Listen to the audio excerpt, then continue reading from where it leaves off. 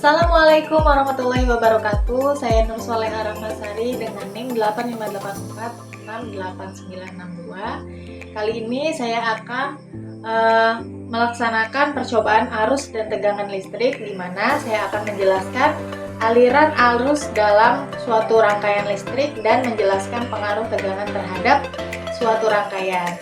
Video yang pertama, yaitu saya akan menjelaskan aliran arus dalam suatu rangkaian listrik dengan beberapa bahan yang sudah saya siapkan. Alat dan bahan yang sudah saya siapkan di sini yaitu ada alat berupa batu baterai 1,5 volt, kemudian ada alat penjepit warna merah yaitu positif dan warna hitam yaitu negatif, dan bola lampunya serta seperangkat rangkaian listriknya. Kemudian ada bahan-bahan yang sudah saya siapkan di sini adalah besi, tembaga, ada sendok perak, kayu kering, kemudian ada penghapus, kertas, ada plastik, kemudian ada air keran dan air garam. Di sini saya akan mulai mencoba dari yang pertama, yaitu percobaan pada besi. Jika ini menghasilkan lampu, berarti bahan tersebut termasuk konduktor karena dapat mampu menghantarkan arus listrik. Yang pertama pada besi. Bisa dilihat bahwa besi menghantarkan listrik, berarti termasuk konduktor. Kemudian yang kedua yaitu tembaga. Tembaga menghantarkan listrik sangat baik, yaitu konduktor. Kemudian pada sendok perak. Sendok perak juga menghantarkan listrik dengan baik, berarti konduktor. Kemudian pada kayu kering. Kayu kering tidak menghantarkan listrik, berarti kayu kering termasuk isolator. Kemudian pada penghapus, karet penghapus ini tidak menghantarkan listrik, berarti termasuk isolator. Ada mata pensil atau grafit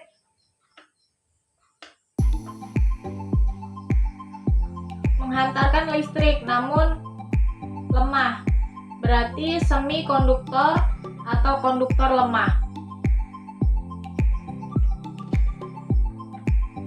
Kemudian selanjutnya pada kertas.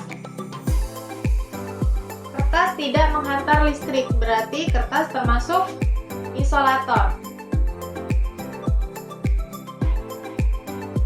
Kemudian pada tas plastik. Tas plastik juga tidak menghantarkan listrik, berarti isolator. Yang terakhir ada air keran dan air garam. Air keran menghantarkan listrik karena ion. Konduktornya lemah.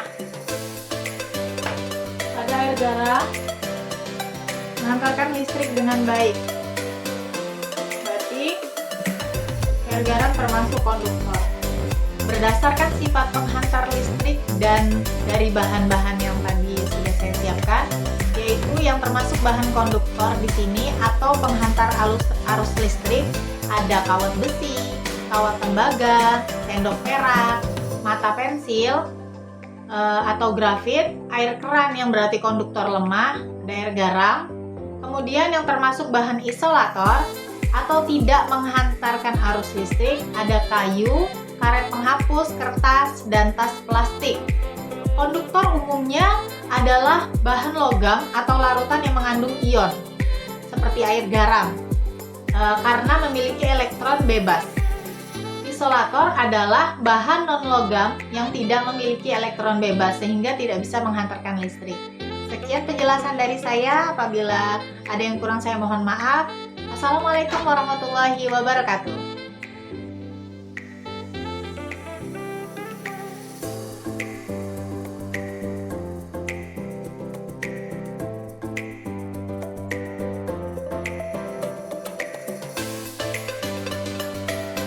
Assalamualaikum warahmatullahi wabarakatuh. Saya Nur Soleha Rahmasari dengan NIM 85846892. Di video kali ini saya akan mempresentasikan tentang percobaan tegangan listrik. Tegangan listrik ini adalah beda potensial listrik antara dua titik yang memungkinkan arus listrik itu mengalir. Semakin besar tegangan, maka arus listrik yang mengalir juga akan semakin besar.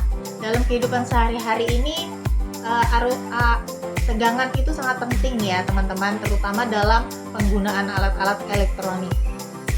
Baiklah teman-teman, di sini sudah ada alat dan bahan, serta kita akan menguji coba bagaimana tegangan listrik itu.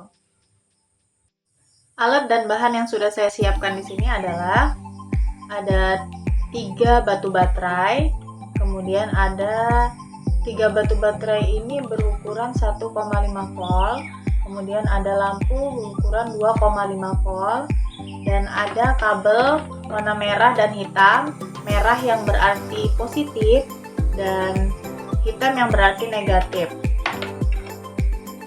Kemudian pada percobaan pertama, yaitu kabel merah atau positif ditempelkan pada kutub positif baterai, tetapi kabel hitam tidak dihubungkan. Hasilnya lampu tidak menyala. Artinya arus listrik tidak dapat mengalir karena rangkaiannya belum lengkap. Kemudian pada percobaan kedua, kabel merah dan hitam saya hubungkan ke lampu dan hanya menggunakan satu baterai yang berukuran 1,5 volt.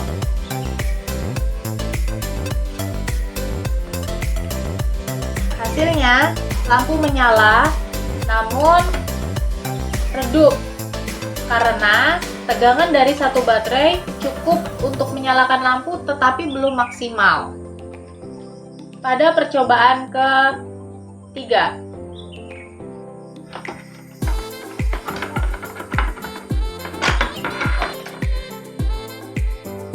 ingat bahwa di sini memasang batu baterai harus sejajar, positif dengan positif, negatif dengan negatif. Percobaan berikutnya kita akan menggunakan 2 baterai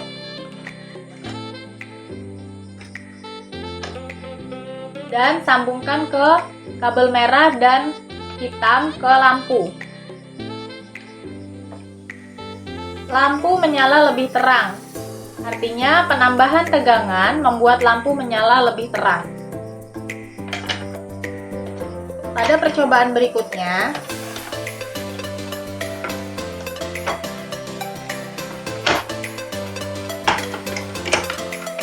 kita akan menggunakan 3 baterai.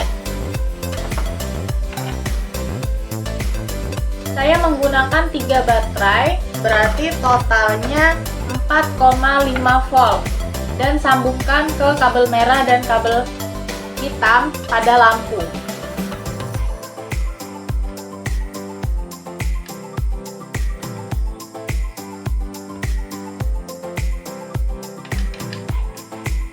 Di sini lampu menyala sangat terang, bahkan mendekati batas maksimumnya, karena lampu hanya 2,5 volt. Artinya, jika tegangan terlalu tinggi, lampu bisa cepat rusak. Terang sekali. Baiklah, kesimpulan yang dapat saya ambil dari praktikum IPA yang berjudul dari tegangan listrik ini, yaitu yang pertama, rangkaian listrik hanya bekerja jika tertutup atau tersambung penuh. Jika hanya satu kabel yang terhubung, arus tidak bisa mengalir dan lampu tidak dapat menyala. Kemudian, tegangan baterai mempengaruhi terang atau redupnya lampu. Semakin tinggi tegangan atau jumlah baterai, maka semakin terang lampu menyala. Kemudian, tegangan yang melebihi batas lampu itu bisa merusak lampu. Lampu 2,5 volt bisa rusak jika diberi tegangan terlalu tinggi. Misalnya seperti tadi kita menggunakan 3 baterai, yaitu dengan jumlah 4,5 volt.